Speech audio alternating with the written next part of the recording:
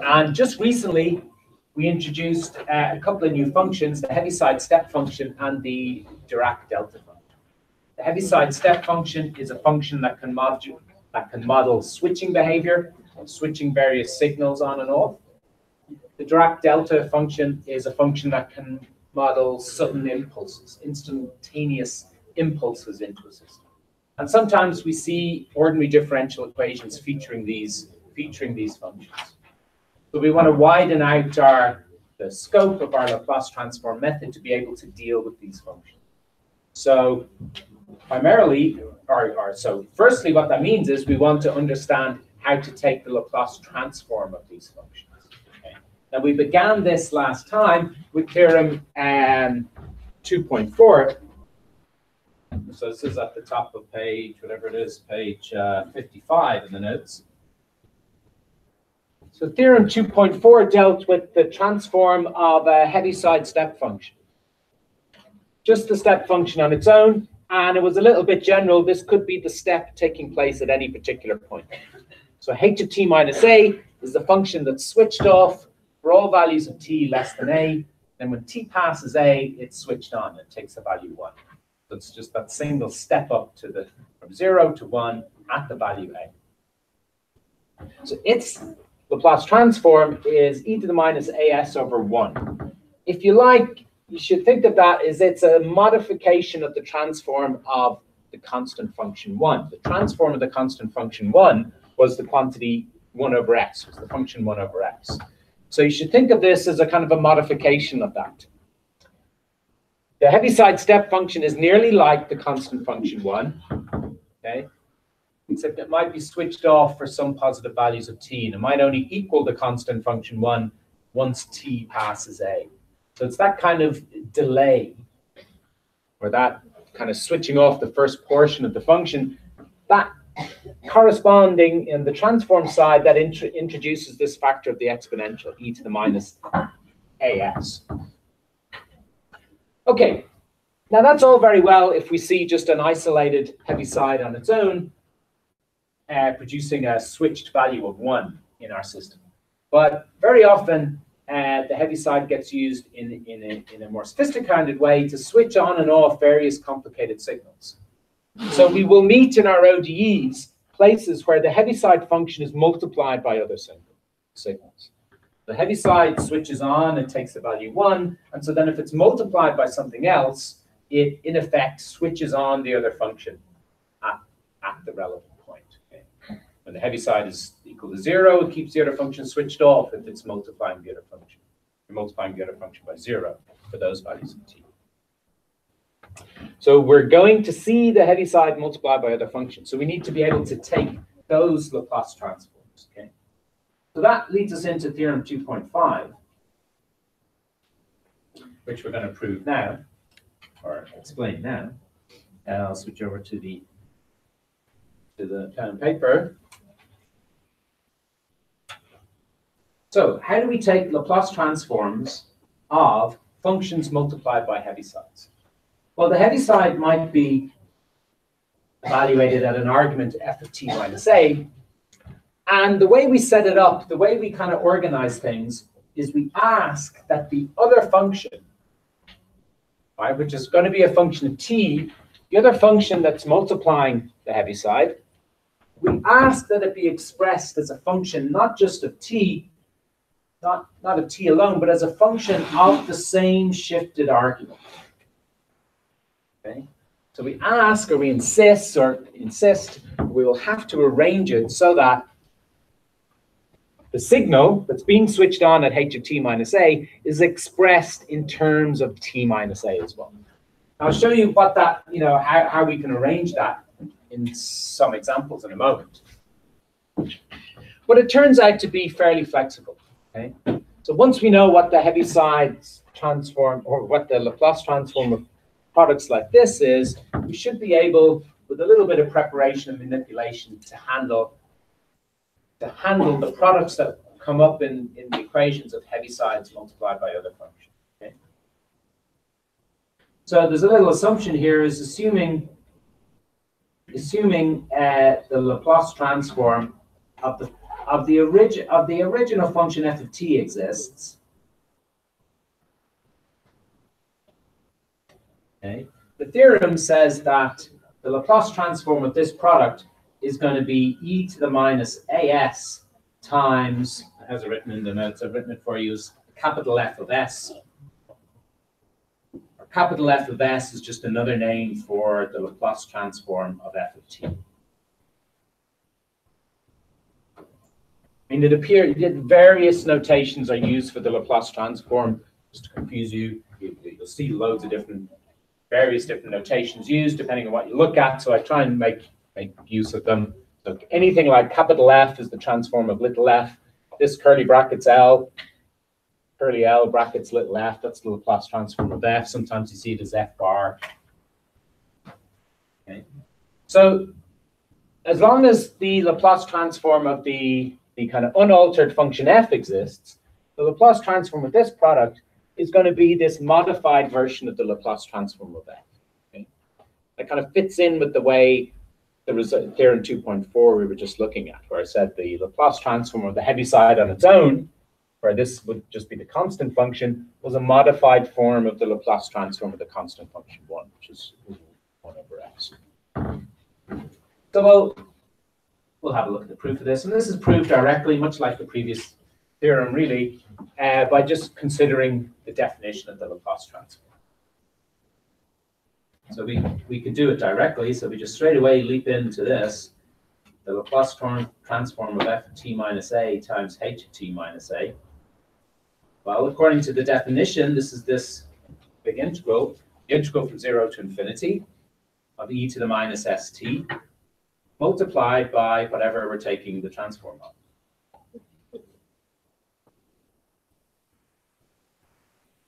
So it's that integral. Now that the thinking is you see the result is telling us the answer to this is going to be a modified form of the Laplace transform of f. And indeed, this integral does kind of look like the transform of f. It is an integral of an exponential times f. Okay. Probably works. Remember, the Laplace transform of f is the integral from 0 to infinity e to the minus st f of t dt. Okay, that's the Laplace transform of f. And if you just look at it quickly or take off your glasses so it's all blurry, you can only see the rough structure, they look kind of similar. Integral of an exponential times f, integral of an exponential times f. So it looks like they might be strongly related. Okay? Of course, they're not exactly the same. The exponential parts are exactly the same, but the f parts are different. It's f of t here and f of t minus a here. So it's a slight modification. And also there's the presence of this other factor, the Heaviside step. Okay? So they're not exactly the same, but they look strongly similar. So our development of this, our work on this should try and draw out exactly or kind of emphasize or filter out so that we'll try and exactly see our transform of it. Now, what can we do with this? I mean, f is some general function, so we don't have a precise description of f. So it's not like we can actually do the integration. We can't actually carry the integration out. But the simplest thing in this product that we can work with is the Heaviside step function. Okay? Really, the Heaviside step function, remember, it's quite a simple thing. It just spits out the value 0 or 1, depending on the nature of the argument. Okay? If t is before a, so t minus a is negative, the Heaviside just throws out the value 0, which kind of simplifies the integral, because you're just integrating 0 to 0. But as soon as t passes the value a, the Heaviside gets switched on, but then it's still quite simple. Then it's just a constant 1. So we can just kind of forget it from the product. It'll just reduce the integrand to that. So we want to draw out those two, or isolate those two different behaviors. Well, assuming that a is some positive point. So we split the integral up from 0 to a of all of this. Don't have to write it out twice again. Plus the integral from a to infinity of all of that. Okay. So my squiggly line is just this whole integrand. Okay. But then thinking of the definition of the Heaviside step function, you see in this first integral, t is always between 0 and a. So the h of t minus a is switched off, it's 0. So you're just integrating 0 across some interval, but that's just 0. Okay? Big, nothing, 0. Okay? Which is good because we can forget about it because it's added to something. And adding 0 to something doesn't change it. Okay? Remember that the point is that this Heaviside h of t minus a, this is actually equal to 0 here. Equal to 0. Okay. Over here, the Heaviside, over there, the Heaviside is only evaluated at values of t between a and infinity. So the Heaviside is switched on. It's equal to 1. So that means it's just a factor of 1 in this product. So it just leaves us with the other stuff. So that's the integral from a to infinity, e to the minus st f of t minus a. Okay, so that just comes from the definition of the Heaviside step function. That's just from the definition of h. Everybody okay with that?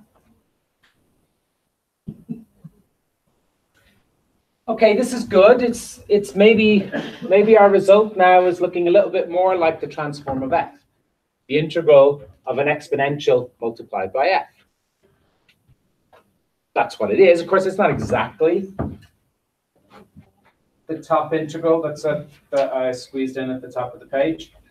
That integral up there begins at 0. R1 begins at a. That integral up there features the function f of t. R1 features this shifted f of t minus a. So how can we reconcile those? Is we'll use a substitution. We'll bring in a new variable u, which is equal to t minus a. And what is it about this u? Well, in the integral t begins at a, so when t is equal to a, that implies that u is 0. Yeah. And as t goes to infinity, as it does in the integral, what's happening to u? Well, you see, u is just t shifted a little bit by a fixed amount. So as t goes to infinity, u is going to go to infinity as well. Yeah. Nice.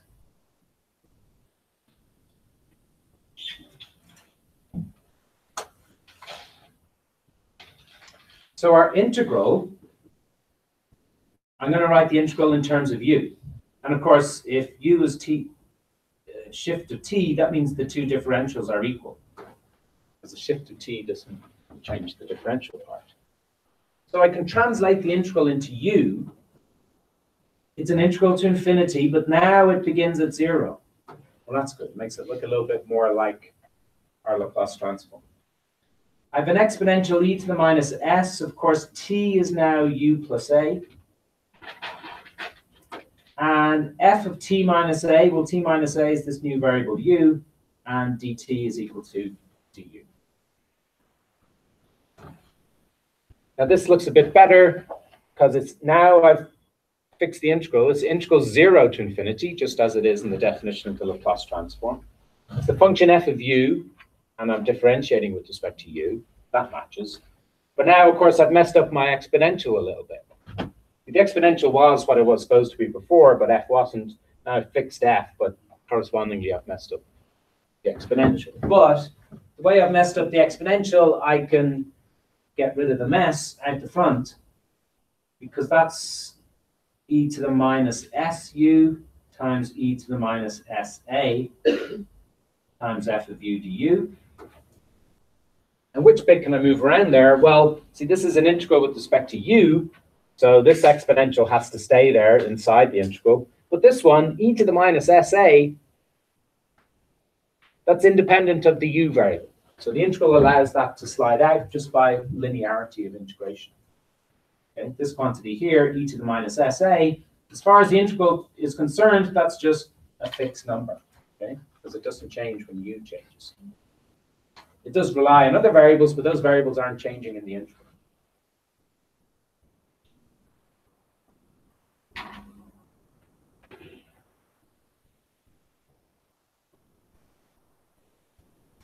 So we bring the integral to this, and this is good.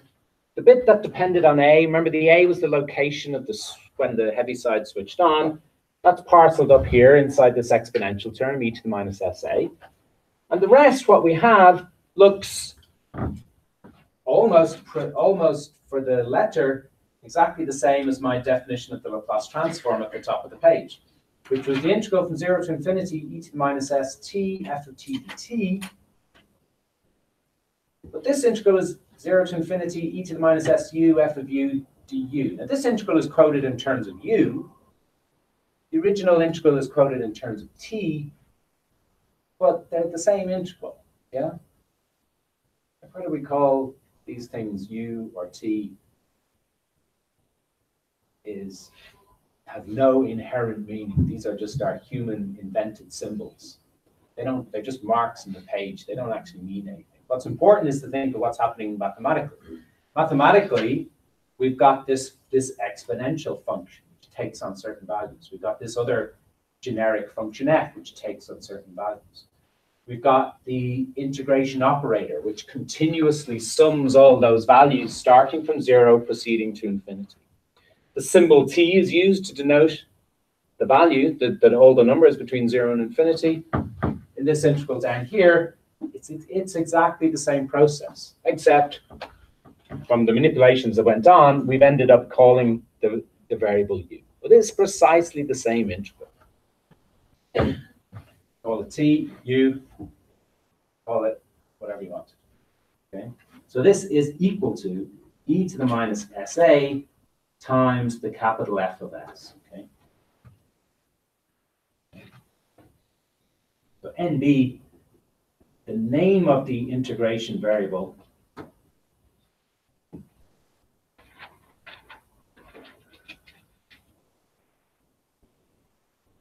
is not important. It's just there as a placeholder to refer to all the numbers between 0 and infinity. It doesn't actually have any inherent meaning. Okay. The numbers that u refers to here are the same numbers that t refers to in the top definition. So this is exactly the theorem. Okay. The Laplace transform of that Heaviside function multiplied by this f will be this modified form of the transform of the original function little f. Okay. It gets modified by multiplying by this exponential factor to the minus as. And the tools used were a little bit of splitting the integral, definition of the Heaviside, and linearity of integration, and just recognizing the presence of that Laplace transform integral. Okay. So that's our transform of Heaviside step function. We'd also like to deal with the other function we've just introduced, which was the Dirac delta function. So this is theorem 8.2.6. And this is the Laplace transform of delta of t minus a. And this says it's equal to simply e to the minus ax. Now remember, what is delta of t minus a? A is some point. Delta of t minus a is this, well, it's called the Dirac delta function. It's not really a function. It's more correctly called a distribution. It's something you integrate, and its integral has the value 1. But so it's this infinite spike at t equals a, and it's 0 otherwise. Okay, so it's like an explosion happens at the moment a. So an infinite strength signal at t equals a, but exactly switched off everywhere else. It's a somewhat kind of artificial construct in the classical sense. I mean, nothing in the real world does happen instantaneously. This always happens over periods of time, I'd say. At least in classical physics, I would say. So how do we deal with the Laplace transform of such a thing? Well, we use a limiting argument.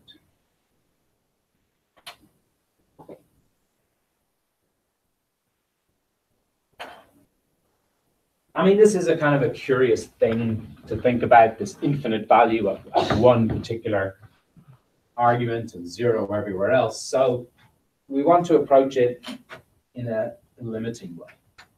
So instead, I'm going to think of a different graph. So this graph, I'm still going to base it at A, but I'm going to think of another point nearby, just past A plus U. And I'll consider a kind of tall rectangle. So it's zero everywhere. Between A and A plus U, I'm going to let it have the value, what am I going to do? 1 over U. Okay. So you can see the idea here, I hope. So we could have these, this function G subscript U of t. And this says take the value 1 over U for every value of t between A and A plus U, and take the value 0 otherwise.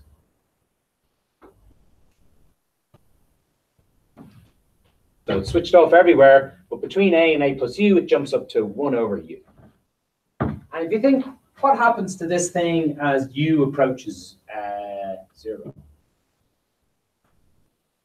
Of course, this thing always has an integral of 1, because remember, the integral of this function will just be the area of this rectangle.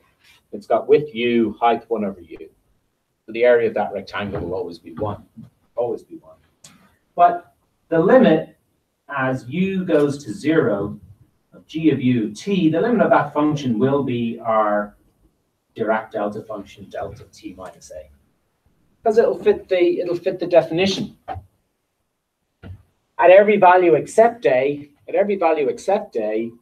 this limiting value will be 0, because eventually, see, if you're not at A, if you're slightly to the right of A, eventually U will go past that other point t, and so the functions GU of t will be equal to 0.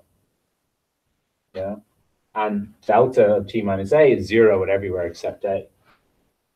And if you're to the left of A, well, these functions G sub U of t are always 0 at every point less than A. And at A itself, well, these functions take the value 1 over U at t equals A. And the limit of that, the limit as U goes to infinity of 1 over U, well, that's getting bigger and bigger and bigger, and it's unbound. So it's going to be equal to, in quotes, infinity. So this argument is a little bit vague. You know, we're being a bit carefree in our treatment of infinity. But we can do that. Free country. So what can we say? Yeah, and the point is, of course, our G sub U of t, we can express in terms of Heavisides. So we can make use of the things we've done. Because GU of t is just a simple switched function.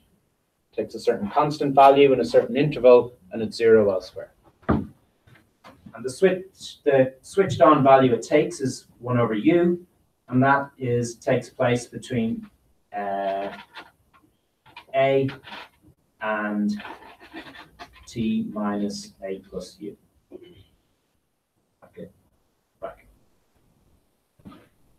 So G sub U of t is that combination of Heavisides. And so, moving quickly, as in not pausing to worry necessarily about convergence or limiting arguments, we'll say the Laplace transform of the Dirac delta function, we'll say, is the limit as U goes to 0 of the Laplace transform of our functions GU of t. Now, what are they? Well, that's going to be the limit as U goes to 0 of the Laplace transform of this thing, which is 1 over U, times our Heaviside of t minus a minus h of t minus a plus u. Curly bracket at the end.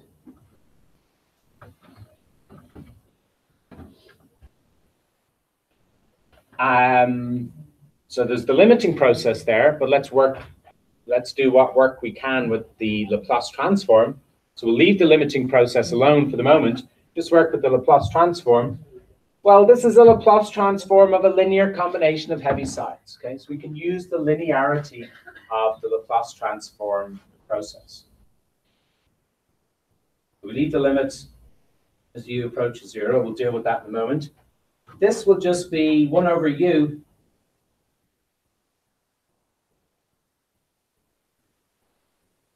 that 1 over u can slide out because that doesn't depend on t. We're taking a Laplace transform of functions of t. So the 1 over u is like a little constant. It can slide out front. And the Laplace transform of h of t minus a, well, we've already worked that out. It's e to the minus as over s.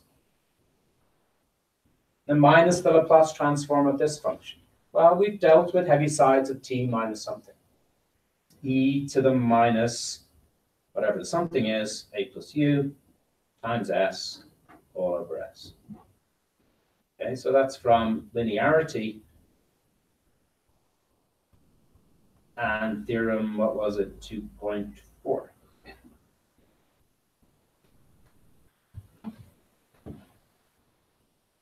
So we got a limit as u goes to 0 of 1 over u, which is going to be getting bigger and bigger and bigger and bigger. But there is another u floating around in the exponent position up here. And it's in an exponent position. U is positive. I'm kind of implying that a and u are positive. So a plus u will be something positive.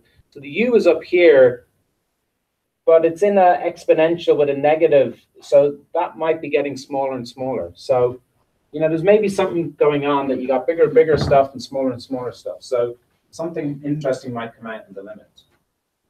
So we just want to handle this carefully. But at the moment, we got a difference of 2 terms. So we might look for simplifying it, factorizing it. And indeed, there is a common factor. This whole term, e to the minus as over s, is a factor here. Okay, because this exponential will split as the product of e to the minus as times e to the minus us.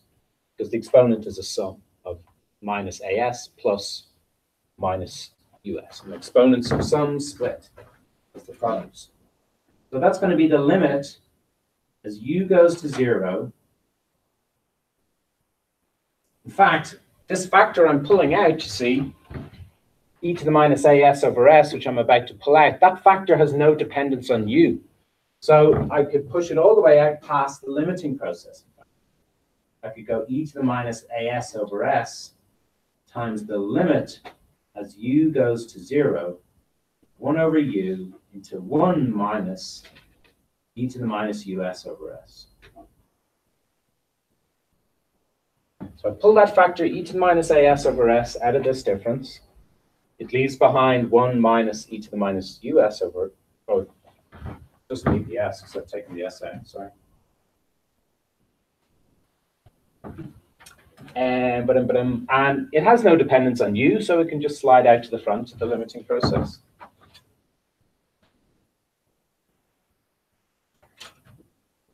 So with e to the minus as over s, as we do, we're taking the limit as u goes to 0, and we organize this like a fraction for u. And can we take that limit straight away? Well, you see, if you evaluate at u equals 0, you get 0 in the denominator, and you get e to the 0, which is 1, so you get 1 minus 1, so you get 0 in the numerator as well. So we're trying to take a limit of a quotient, but the numerator goes to 0 and the denominator goes to 0. So there's a magic word to use in that case. Trying to take a limit of a quotient, but both parts are going to 0. Normally, when you take a limit of a quotient, you're tempted just to put the limit of the numerator divided by the limit of the denominator. And that is correct in most cases, except cases like this, where they're both approaching 0. This is a special rule, French person? Sounds like hospital. L'Hopital's rule. L'Hopital's rule. So we can differentiate top and bottom. So we'll use L'Hopital's rule. So limit as u goes to 0, differentiate top and bottom, but you're differentiating now with respect to u, of course. This is 1, and this is 1 goes to 0, and e to the minus us will be, the minus s will come down, we'll convert it into an s, and it'll be e to the minus us still, same exponential. Can we evaluate this limit as u goes to 0? Yeah, we can, because it's just e to the 0, which is 1. But the limit of this is just s. So L'Hopital's rule tells us that that's the limit of this quantity here. The limit is just s. This s will cancel that s. So that whole limit is equal to s. So this thing just becomes, as required, e to the minus as. Okay. Which is what we said it would be. There. Transform of the Dirac delta function is e to the minus as. That's good to see. It's modeling the Dirac delta function as a limit of Heavisides. Limit this kind of rectangular spike, making it thinner and thinner and thinner, taller and taller and taller. So in the limit, it becomes this instantaneous infinite spike. And allowing ourselves to just say quickly that the limit of the Dirac delta function will be the transform of the Dirac delta function will be the limit of the transforms of those functions that are converging to the Dirac delta. Okay. So let's look at before we launch into solving ODEs featuring these functions, let's do just some preparatory examples, which are here in example 2.12 in the notes. So let's have a read of example 2.12. So it says, find the Laplace transform of the function r, which is defined as r of t is t squared times h of t minus 2. To find the Laplace transform of this, using these results that we've just proved. Okay. So this is a product of a Heaviside times some other function. So this is going to require Theorem 2.5. But there's a bit of a hint there. You see, it says, for this, it is necessary to re-express r as a combination, meaning a product, express it in terms of functions, all of which have the form f of t minus a times h of t minus a. So you see, the problem here is we can't just apply Theorem 2.5 to it. Because Theorem 2.5 requires this function at the front to be expressed as a function of the same shifted argument. But it's not at the moment because it's expressed as a function of t. It says square t. But we want to know what you have to do to t minus 2 to get this value. Then we'll be able to apply Theorem 2.5. So in order to apply Theorem 2.5, we need to shape it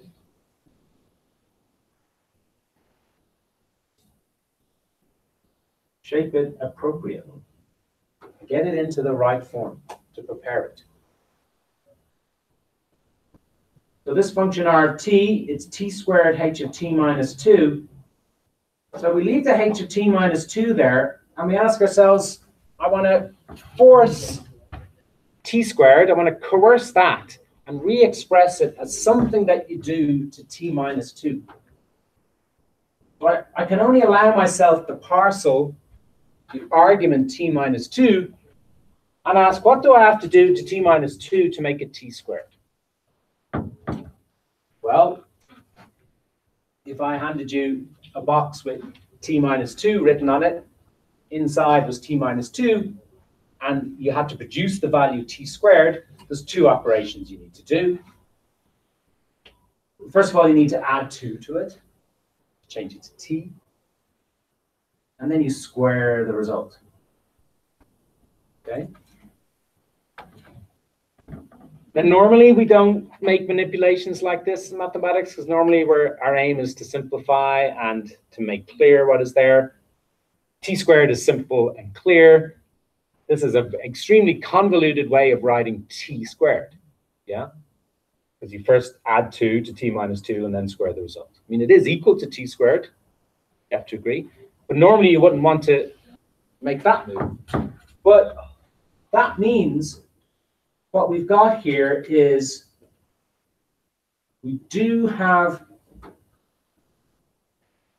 successfully written r of t in the appropriate form for theorem 2.5, where we know what the function g is. Where g is the function, but we also need to think of what the definition of the g function is. The definition of the g function is what? G of t equals, what does g do to its argument? Well, it adds 2 to it and squares it. So it's the square of t plus 2. In other words, g of t is the polynomial t squared plus 4t plus 4 in its standard expression. So this function r, which we require the transform of, there it is, expressed in a nice form so we can apply theorem 2.5.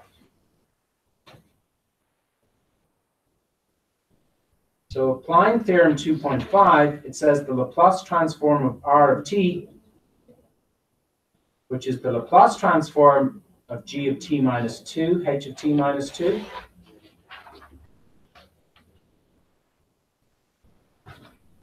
We just roll out theorem 2.5. It says it's e to the minus as. The a here is 2, so it's e to the minus 2s times the Laplace transform of the unshifted function g. The unshifted function g is simple enough. It's a quadratic polynomial. So we can use linearity and some of the initial results from the table of Laplace transforms to say what the transform of that function is. Okay. Transform of t squared was 2 over s cubed, I believe.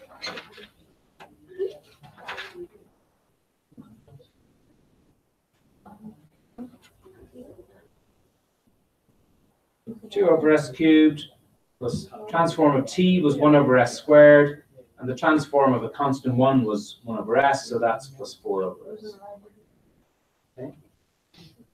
So this expression here is what we end up with for our Laplace transform of our function r.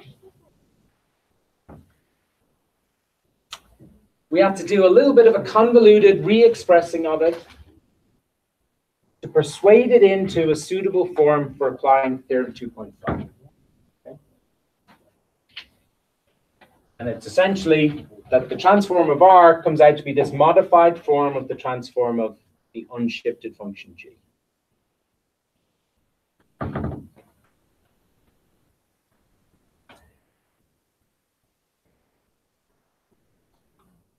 Let's look at an example going in the opposite direction. So that was part 1 of that example. Part 2.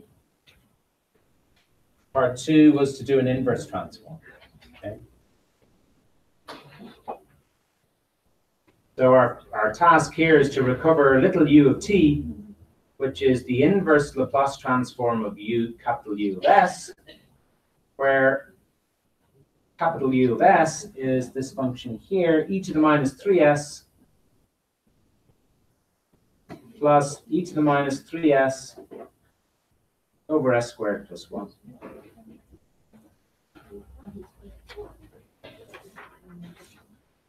Now, what happens here? Okay, here we're going in the opposite direction. We see overall, the sum of two terms, the sum of two functions. So we'll be looking to use the linearity of the inverse transform. So little u of t should definitely be the inverse transform of e to the minus 3s plus the inverse transform of e to the minus 3s over s squared plus 1. So that's just the linearity principle being used. The exponential on its own, okay, we recognize that that's a transform of the Dirac delta function. That's delta of t minus 3.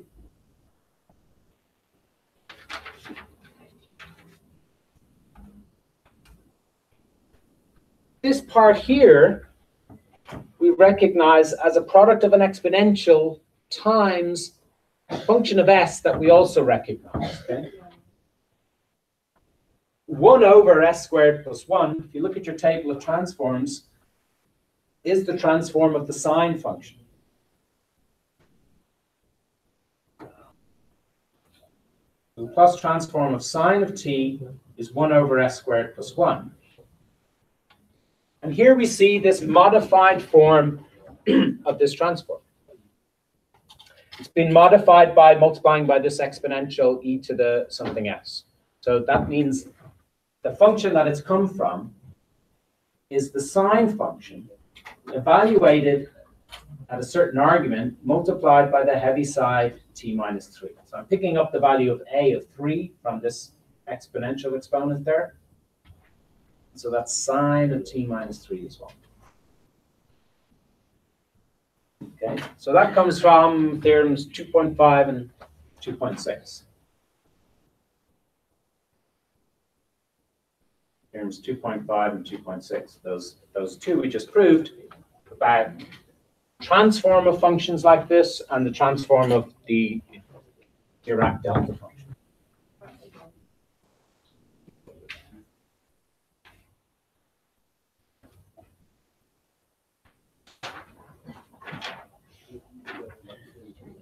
So the next example, which